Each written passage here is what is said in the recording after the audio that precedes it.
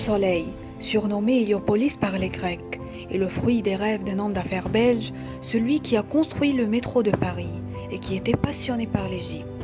Le baron Édouard Rampin, qui arriva en Égypte de l'Inde en 1904. En 1905, il décida de bâtir une ville idéale, reliée au Caire par une ligne de tram. Et à la fin du 19e siècle, il acheta un vaste terrain dans une zone désertique au nord du Caire.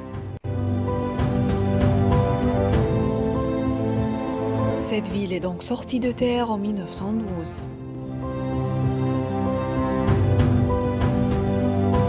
Héliopolis possède aujourd'hui plusieurs quartiers, et c'est là que se trouve le palais présidentiel. Décédé en 1929 à Bruxelles, le baron a été enterré conformément à ses dernières volontés dans la basilique Notre-Dame d'Héliopolis. En 1907, le baron décida de construire un majestueux palais pour y installer avec sa famille, s'inspirant du temple d'Angkor au Cambodge, par l'architecte français Alexandre Marcel.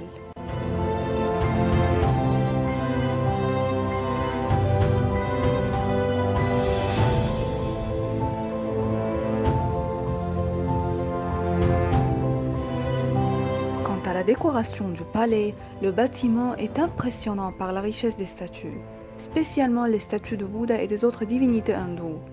La plupart des statues du palais ont été apportées par le baron de l'Inde.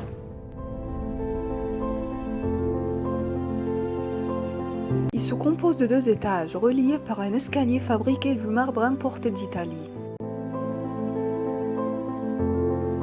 On ne trouve pas aujourd'hui de mobilier dans le palais, parce qu'au cours des années 50, la plupart des décors et des pièces de mobilier ont été spoliés ou vendus.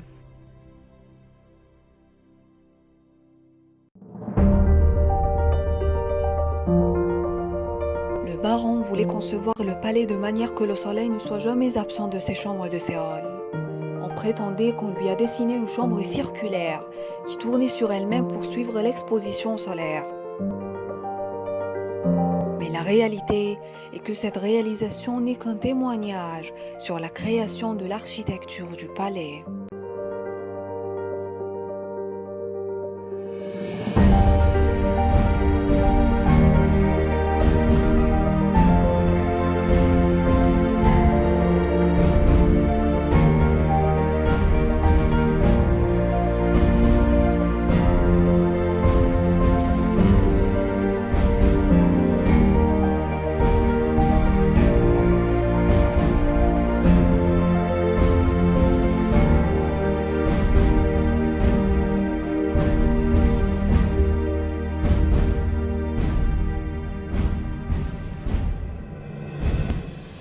Ces mythes retournent en premier lieu aux événements malheureux vécus par les membres de la famille du baron dans ce palais, comme la chute de sa sœur Hélène du balcon de sa chambre. On disait que cette nuit, la tour s'est arrêtée de tourner, les murs et les miroirs ont pleuré des larmes de sang. On disait également qu'à une certaine époque, le palais était devenu le repère favori des métalleux à la recherche d'un endroit pour s'amuser. Les jeunes tatoués et adorateurs du diable venaient pour pratiquer des orgies et inscrivant leur nom sur les murs avec du sang.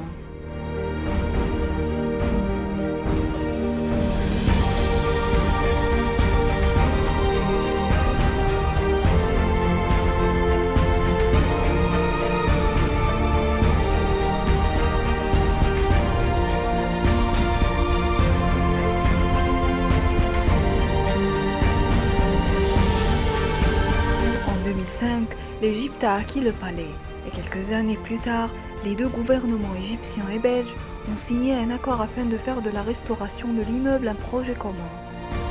Aujourd'hui, et après plus que 100 ans, le palais reste un témoin sur l'histoire d'une passion. La passion du baron Édouard Rampin pour l'Égypte.